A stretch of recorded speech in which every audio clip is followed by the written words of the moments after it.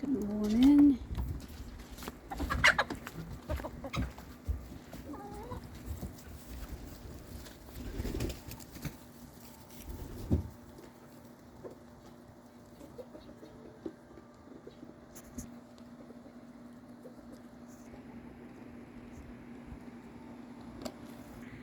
Not too long ago we actually put the new coil in the aviary.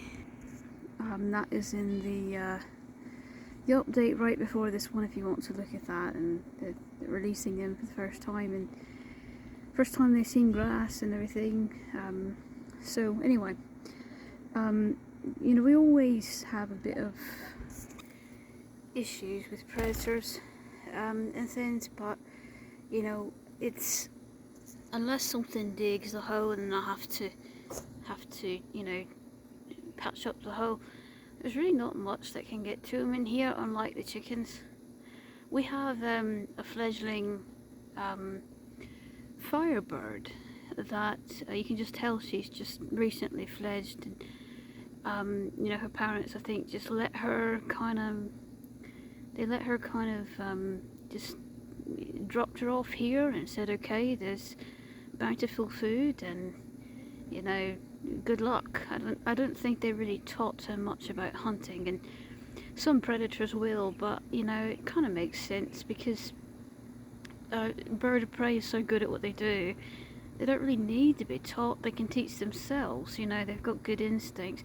So anyway, in anything like a firebird, I enjoy something like that, and I welcome it, because firebirds, unlike raccoons and say kestrels, firebirds actually don't, and most, you know, owls and most really predators in general, foxes, they don't take any more than what they need to survive.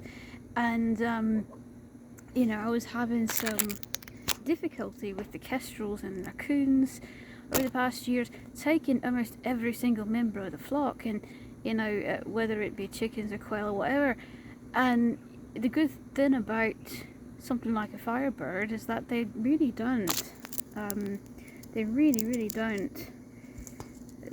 take anything unless they absolutely need it, and they really, most of the time, they're too afraid of humans to try and go after your livestock. There's plenty of bountiful wild prey in the area that they'd rather hunt, and you know, because they don't want to take the chance.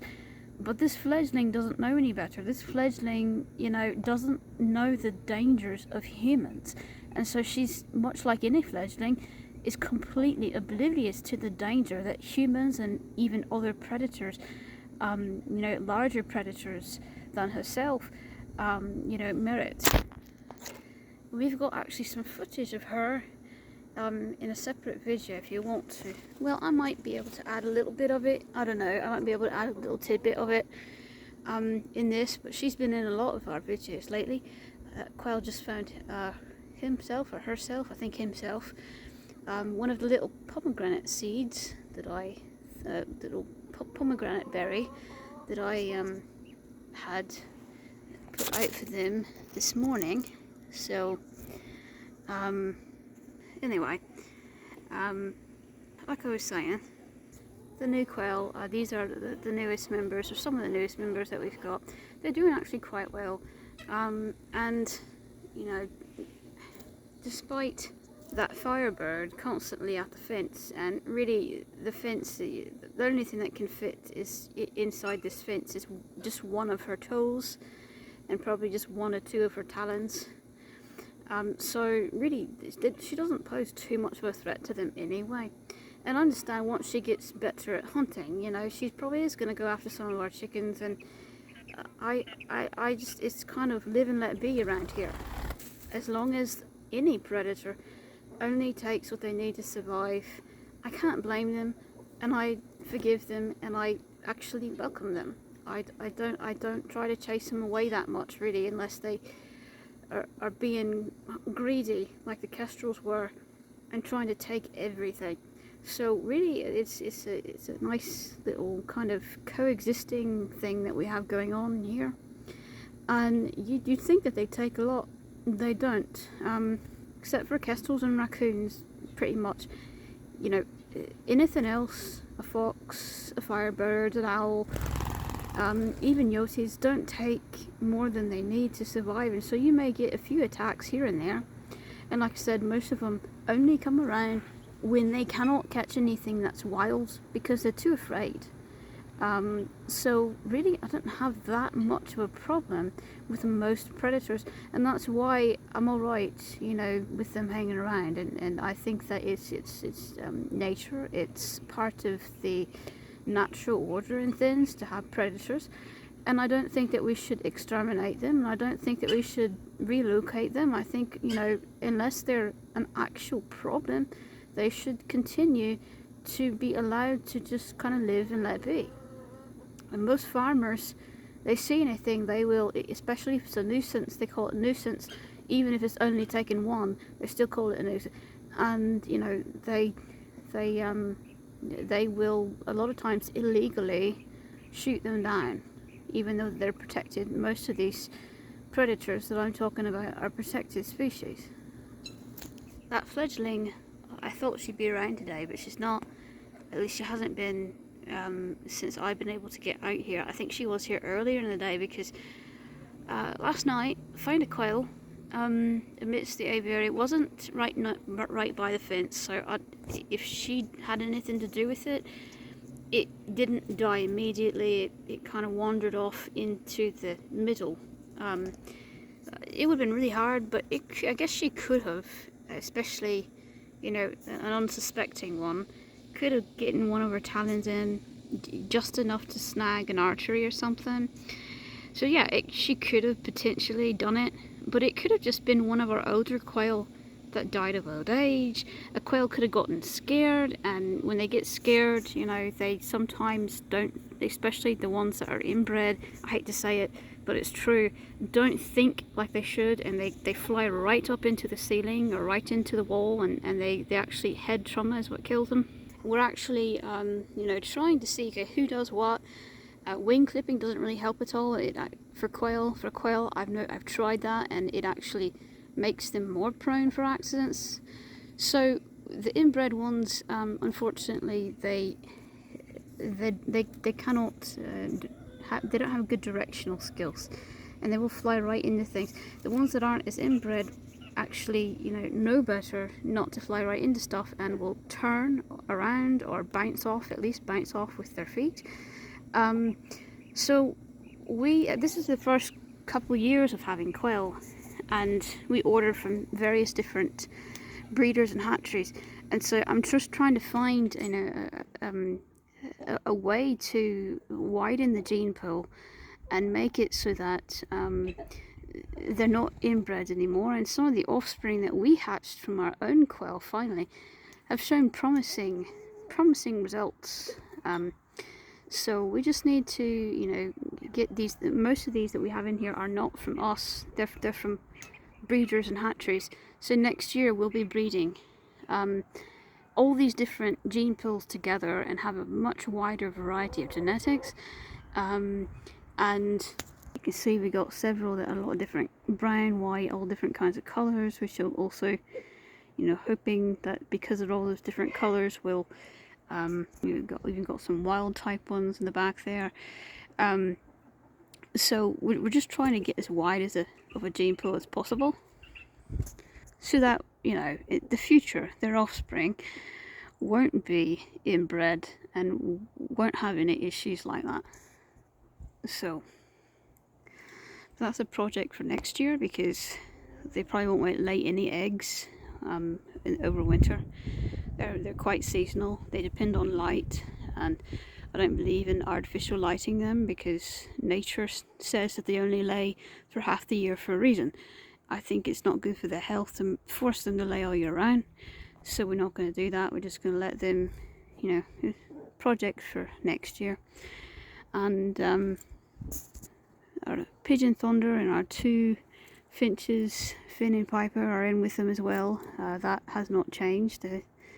They've been here a while, but if you hadn't seen any of the other videos and you notice birds in here that are not quail, that's why. But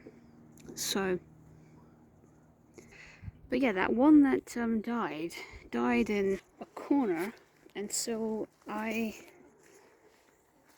still don't know exactly why it died, but I put it right here last night, and you'd think if it was a critter, that critter would have drug it off and carried it off. You'd think if it was a bird of prey that was not just recently fledged, it would be too afraid, too fearful to just sit here and pluck it like that. So it had to be something that, you know, would have the behaviour to pluck it like that and not drag it, and it also had to be something that didn't have fear and was just, you know, like a recently fledged, you know, anything that's been recently fledged doesn't know any better. So I think something else might have also tasted this, but I think that Firebird fledgling is what you know, decided to take the dead one that I put here, and I put it right here. I didn't move it. Sorry, it was not moved since last night, and all that's left really is basically feathers. And so I haven't seen her at all today. She probably came early in the morning before I could get out here and did this, and I think she got a full belly now, and this is the first day that I have not seen her trying to get through that fence. It's also another reason why I think she's recently fledged, just because somebody with a bit more experience would know, wouldn't spend all day trying to get in. They would know that they can't get in. So that's why I think she's just not very wise, and she needs to learn a lot of stuff. So you know, she's still learning how to hunt, and she's probably terrible at hunting still, and she found this little dead thing, and I thought it's dead. Is she even gonna she even gonna go for it? And it looks like she definitely went for it. So yes, while sad, at least it didn't go to waste. And like I said, there could be a variety of things. It could just be, you know, that it would have died anyway. You never know for sure. Even if it was snagged by one of her talons, you know. I don't, it's sad, but I don't blame her. So there's Patch. Patch has proven to be a really nice rooster. He's the black and white one, right there in the middle of the two other white ones. He's actually, we think, I'm probably about 98% sure that he is, we know for the dad for sure that the father was an EE, or what they call rainbow layer. So the father's an EE. He's his mother, we think, is a speckled Sussex, which is where are we? Yeah, you're behind me. You're behind me, are you? There we go. That's what we think he's mixed with. So if you could imagine the black EE, which is basically that grey one, and all those dappley brown ones are EEs. So if you could imagine that, but in a black colour and a frizzle, that was his father, and one of our speckled Sussex, probably his mother. I always wanted, you know, something like that, a mutt like that had speckled Sussex, and we've got one of our first Brahma mutts as well that I showed you in the latter update, the one that was said the last of 2022. If you want to see that mutt, is very, very cute as well. They're all cute, but I just think certain really odd combinations that you'd probably never find on purpose, you know, and they're only really find on accident in backyard flocks and things. I just feel like those odd combinations, you know, just it's just interesting, intriguing to see what comes out of it, because the mother and father are so different from each other, and you could have so many different possibilities as to what the offspring will look like. Something about genetics always like fascinated me, mixing things together, getting the most unique crosses, you know. I often wonder what will happen if you had like a silky with a Cornish cross, you know, because it's a tiny fluffy thing versus a giant. But I was never able to test that theory. Maybe one day.